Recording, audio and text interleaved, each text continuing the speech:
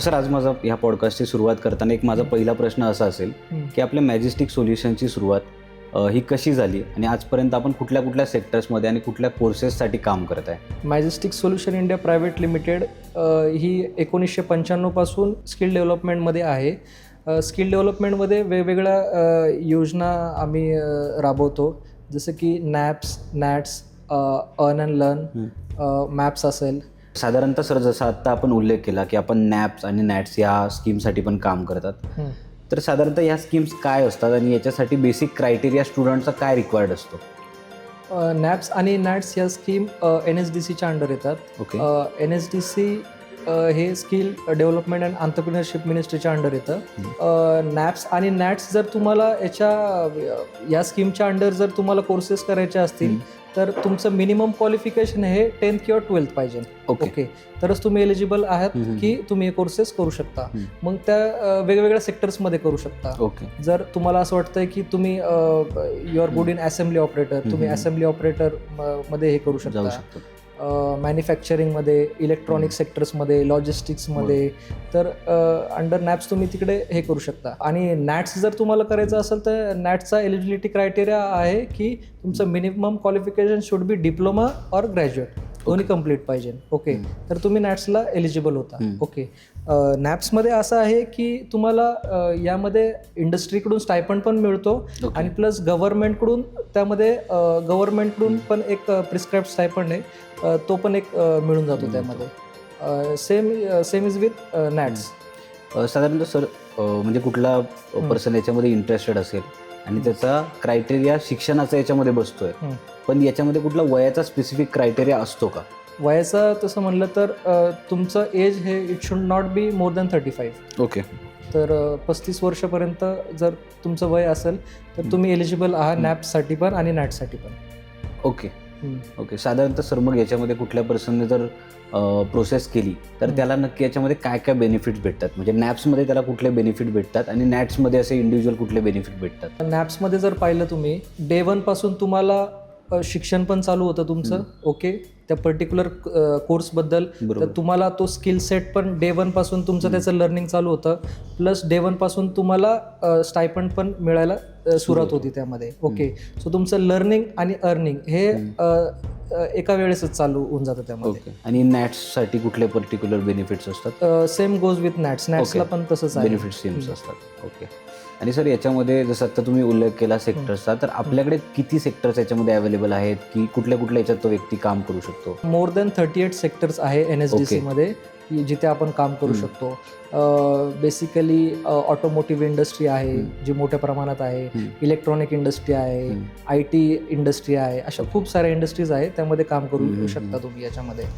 IT मध्ये आता बऱ्याच तरुणांना इंटरेस्ट असतो, सो त्यासाठी पण कुणाला आपल्या याच्यात प्रोसेस करायची असेल तर काय प्रोसेस त्यामध्ये जर तुम्हाला याच्यामध्ये जर कोर्सेस करायचे असेल तर तुम्ही पहिला आमच्याशी संपर्क साधा. ओके, जर तुमचं क्वालिफिकेशन 10th किंवा 12th असेल तर तुम्ही एलिजिबल आहात नॅपसाठी, तर नॅपसाठी तुम्ही अप्लाय करू शकता. ओके, तुम्ही आम्हाला कॉन्टॅक्ट करा, आम्ही तुम्हाला त्या गाईड करतो की कसं तुम्हाला याच्यामध्ये तो स्किल सेट त्या कोर्सला अप्लाय करता येईल आणि तो स्किल सेट मिळवता येईल. ओके, नॅटसाठी करायचं असेल सेम गोष्ट की तुम्ही आम्हाला अप्लाय करा दोन्ही याच्यात. आणि सर, अप्लाय करताना वगैरे याच्यामध्ये कुठली फीज असते का, की काही कुठली प्रोसेसिंग फी तुम्हाला और कुठे गव्हर्नमेंटला काही पे करावी लागते? तुम्ही जेव्हा या कोर्सला नॅप्स आणि नॅट्सला अप्लाय करता मॅजेस्टिक थ्रू, तर याच्यामध्ये तुम्हाला कोणतीही फी आकारली जात नाही. ओके, आमचा डे 1 पासून स्टँड आहे की आम्ही कोणतीही फी कोणालाही आकारत नाही. फ्री ऑफ कॉस्ट त्यांना आम्ही जॉब देतो, प्लस स्किल सर्टिफिकेट पण देतो जे की NSDC अफिलिएटेड आहे. याच्यामध्ये आम्ही काही चार्ज करत नाही. हो. ओके. जसं सर, ह्या 2 या नॅशनल लेवलच्या स्कीम झाल्यात, बट महाराष्ट्र गव्हर्नमेंटची एक स्कीम आहे कमवा आणि शिका, म्हणजे लर्न अँड अर्न या स्कीममध्ये. तर ह्या स्कीमबद्दल तुम्ही थोडं सांगू शकतात का आणि याचा कुठला क्रायटेरिया असतो? कमवा व शिका ही योजना महाराष्ट्र सरकारने एक सन 2010 मध्ये इंट्रोड्यूस केली होती आणि 2023 काही अमेंडमेंट्स आणलेत त्यामध्ये. तर अमेंडमेंट्सचा फायदा हा ग्रामीण भागातील मुलांना खूप चांगलं होऊ शकतो. बरोबर. त्यामध्ये असं आहे की ज्याची परिस्थिती शिकायची नाही आहे पुढे 10वी नंतर, तर तो याला अप्लाय करू शकतो आणि तो डिप्लोमा लेवलचा कोर्स तो मिळू शकतो. ओके. जर तुम्हाला डिप्लोमा पण मिळवायचा आहे प्लस त्याच्यासोबत तुम्हाला पैसे पण कमवायचे आहेत किंवा सॅलरी पण डे 1 पासून चालू झाली पाहिजे, तर त्यासाठी तुम्ही याला अप्लाय करू शकता. तर तुमचं क्वालिफिकेशन मिनिमम 10th किंवा 12th असेल तर तुम्ही आम्हाला संपर्क साधा मॅजेस्टिक सोल्युशन इंडिया प्रायव्हेट लिमिटेडला. तर आमच्या थ्रू तुम्ही या कोर्सला अप्लाय करू शकता. ओके. यामध्ये पण आम्ही कोणती फी आकारत नाही आहे. ओके. हा कोर्स बेसिकली 3 to 4 इयर्सचा आहे. 3 to 4 इयर्स तुम्ही कंपनीमध्ये काम करू शकता प्लस 3 ते 4 वर्षामध्ये त्या पर्टिक्युलर मशीनचा म्हणा किंवा त्या जॉब रोलचा तुम्हाला स्किल सेट मिळू शकतो. ओके. त्याचं तुम्हाला डिप्लोमा पण मिळेल, त्याचं स्किलचं सर्टिफिकेट पण मिळेल आणि प्लस डे 1 पासून तुम्हाला सॅलरी पण चालू होऊन जाईल. ओके. की कमवा आणि शिका या योजनेमध्ये विद्यार्थ्याला कुठले बेनिफिट भेटतात? कमवा आणि शिका योजनेअंतर्गत ज्या मुलाचं 10वी किंवा 12वी शिक्षण झालंय मिनिमम, तर तो याला अप्लाय करू शकतो. आणि ज्याची परिस्थिती खरंच अशी आहे की त्याला डिप्लोमा करायचा आहे पण त्याला त्याच्याकडे पैसे नाही आहेत, तर तो एक त्याच्यासोबत डे 1 पासून काम पण करू शकतो, त्याला सॅलरी पण चालू होईल प्लस डे 1 पासून त्याला डिप्लोमा पण त्याचा चालू होऊन जाईल. मग ज्यावेळेस तो 3 वर्षांनी त्या कंपनीतनं बाहेर पडेल, ओके, तर त्यावेळेस तो एक डिप्लोमाची डिग्री पण घेऊन बाहेर पडलेला असेल प्लस त्याच्याकडं एक हँडसम अमाऊंटसुद्धा असेल 3 वर्षात जी त्यांनी तिथं जमवली आहे, तो पुढे त्याचं काही करू शकतो किंवा त्याच कंपनीमध्ये तो ऑन रोल सुद्धा कंपनी रोलवरती सुद्धा काम करू शकतो. ओके. असं. ओके. सर, आपण साधारणतः या स्कीम्समध्ये काम करत असताना मॅजेस्टिक सोल्युशन्स आपल्या कंपनीकडे गव्हर्नमेंटचे कुठले सर्टिफिकेशन्स आहेत का किंवा आपल्याला काही कोर्सेससाठी मान्यता आहे का? बेसिकली जेव्हापासून आपण स्किल डेव्हलपमेंटचं काम चालू केलं तेव्हापासून आपण सुरुवातीला ज्या मान्यता घेतल्यात की आपण we are third party aggregator for NEEM. Okay. 2017ला. त्यानंतर लेटर ऑन 2 वर्षांनी आपण नॅप्सचे आम्ही TPA आहोत आत्ता, नॅट्सचे TPA आहोत आणि विथ ॲडिशन टू दिस महाराष्ट्र सरकारची जी कमवा व शिका योजना आहे त्याचा जो GR आहे तो आपल्या इन्स्टिट्यूटच्या नावाने आहे. तर त्याच्या अंतर्गत जे काही कोर्सेस आहे तर ते आपण रन करतोय. ओके. सो आपल्याला तशी गव्हर्नमेंटचं पूर्ण सर्टिफिकेशन याच्यामध्ये आहे. राईट. सर, कुणाला जर आपल्या ह्या कमवा आणि शिका योजनेमध्ये अप्लाय करायचं असेल तर आज अप्लाय केल्यापासनं एक काय प्रोसेस आपली कंपनी याच्यामध्ये फॉलो करते? मॅजेस्टिकनी ज्यावेळेस स्किल डेव्हलपमेंटमध्ये येण्याचा विचार केला त्यावेळेस आम्ही असं पाहिलं की इंडस्ट्रीमध्ये एक असं आहे की इंडस्ट्रीला स्किल्ड मॅनपॉवरची रिक्वायरमेंट होती पण त्यांना त्या पद्धतीचे स्किल्ड लेबर्स भेटत नव्हते. बेसिकली जेव्हा त्यांना लेबर भेटायचे तर ते क्वालिफिकेशन बेसवर भेटायचे. 10वी त्यांचं क्वालिफिकेशन असेल किंवा 12वी असेल किंवा ITI असेल, पण त्या पर्टिक्युलर त्या मशीनचं स्किल सेटचा त्यांना ते कॅन्डिडेट तिथं अवेलेबल होत नव्हता. मग नंतर आम्ही असा विचार केला की या व्यक्तीला सॅलरी पण कशी मिळेल आणि प्लस त्याच्यासोबत त्याला तो स्किल सेट पण कसा मिळेल आणि स्किल सर्टिफिकेट पण कसं मिळेल.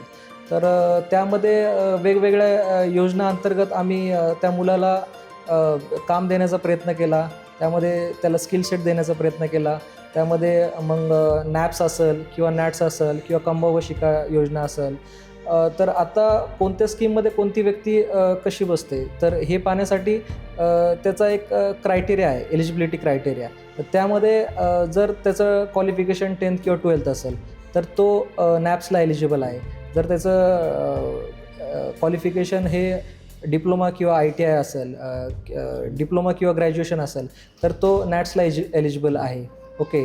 आणि असं जर कोण असेल की त्याचं 10th क्वालिफिकेशन आहे पण काही परिस्थितीमुळं त्याची घरची परिस्थिती व्यवस्थित नाही आहे पण त्याला पुढे शिकायचं पण आहे आणि प्लस घराला पण एक हातभार लावायचा आहे आर्थिक दृष्ट्या, तर त्यामध्ये त्यांच्यासाठी कमवा व शिका योजना आहे. तर कमवा व शिका योजनेअंतर्गत जे ग्रामीण भागातील मुलं आहे तर त्यांना याचा खूप छान असा बेनिफिट होऊ शकतो यामध्ये. जर तुम्हाला नॅप्सला जर अप्लाय करायचं असेल तर बेसिकली तुमचा एलिजिबिलिटी क्रायटेरिया पहिला चेक केलं जाईल. ओके, जर तुम्ही नॅप्सला अप्लाय करताय तर तुमचं मिनिमम क्वालिफिकेशन हे 10th पाहिजे. ओके, जर तुमचं क्वालिफिकेशन हे 10th किंवा 12th असेल तर तुम्ही मॅजेस्टिक सोल्युशनला संपर्क करा.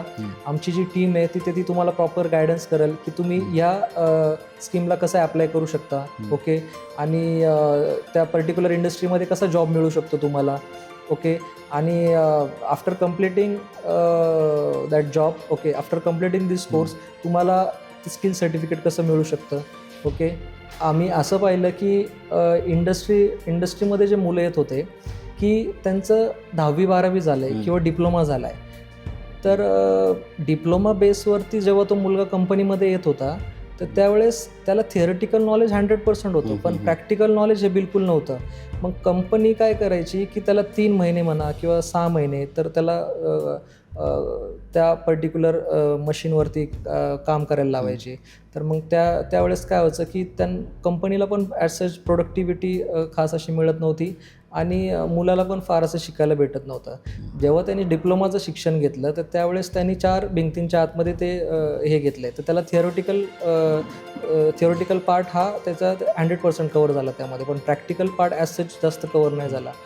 तर जेव्हा आम्हाला हे कळलं की इंडस्ट्रीची ही रिक्वायरमेंट आहे की त्यांना स्किल्ड मॅनपॉवर पाहिजे, तर त्यावेळेस आम्ही महाराष्ट्र शासनाला प्रस्ताव मांडला होता की आपण या लोकांना कमी खर्चामध्ये किंवा विनामूल्य हे कोर्सेस कसे आपल्याला देता येतील. तर त्यावेळेस कमवा व शिका या योजनेची सुरुवात झाली. बेसिकली कमवा आणि शिका ही योजना कोणासाठी आहे, तर ज्या मुलांचे जे ग्रामीण भागातले मुलं आहे ज्यांची परिस्थिती नाही आहे, आर्थिक परिस्थिती नाही की त्यांना पुढचं शिक्षण घ्यायचं होतं पण त्यांना पुढचं शिक्षण घेता आलं नाही, काही जबाबदाऱ्या त्यांच्यावर कमी वयात आल्या, तर त्यामध्ये त्यांनी काम करण्याकडे जास्त हे केलं पण शिक्षण घेता नाही आलं.